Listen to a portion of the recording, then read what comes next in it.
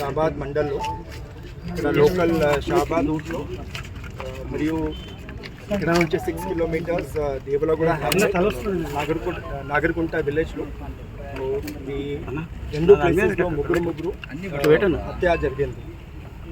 ముద్దాయి పేరు Parvathi Raj Kumar, 35 year old, farmer by occupation.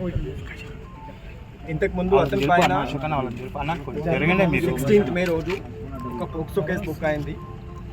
అప్పుడు ఒక అమ్మాయికి, మైనర్ గర్ల్కి చాలా హరాస్ చేశారు, స్టాకింగ్ చేశారు. దాని గురించి సెక్షన్ 11 అండ్ సెక్షన్ 12 కింద plus section 78 section 78 ENS case book అయింది. ఆ కేసులో అతనికి బెయిల్ దొరికింది.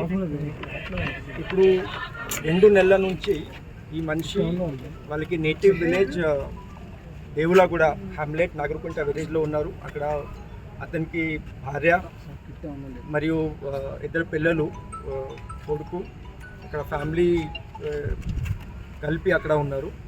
ఈ అమ్మాయికి ఫ్యామిలీ ఇక్కడ లోకల్ షాబాద్లో ఉన్నారు. ఈ అమ్మాయికి కూడా ఫాదర్ లేదు, ఓన్లీ మదర్ ప్లస్ అమ్మమ్మ ఉన్నారు. సో రాత్రి 11-12 మధ్యలో ఫస్ట్ ఇక్కడ షాబాద్ లోకల్లో వచ్చి ఇది ముగ్గురు మనిషికి హత్య చేశారు. ఒక నైఫ్ యూజ్ చేసి ఫస్ట్ ఈ అమ్మాయికి మదర్కి చంపాడు. తర్వాత అది అమ్మమ్మ కూడా అది అప్పుడు స్లీప్లో ఉన్నారు, ఈ అమ్మాయికి కూడా చంపాడు.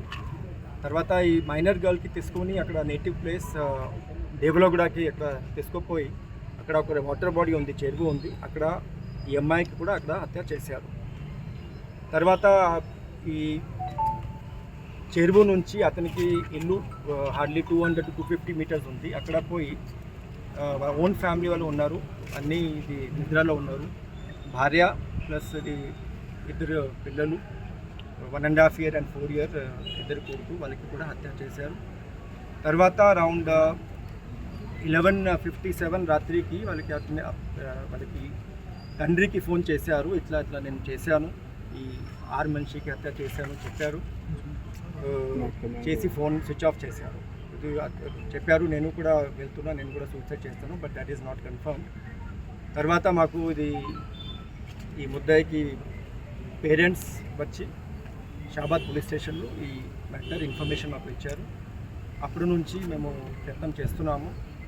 ఈ 6 మనిషి బాడీ ఆల్రెడీ EME కోసం హాస్పిటల్కి షిఫ్ట్ చేసాము. కంప్లైంట్ బుక్ అయింది.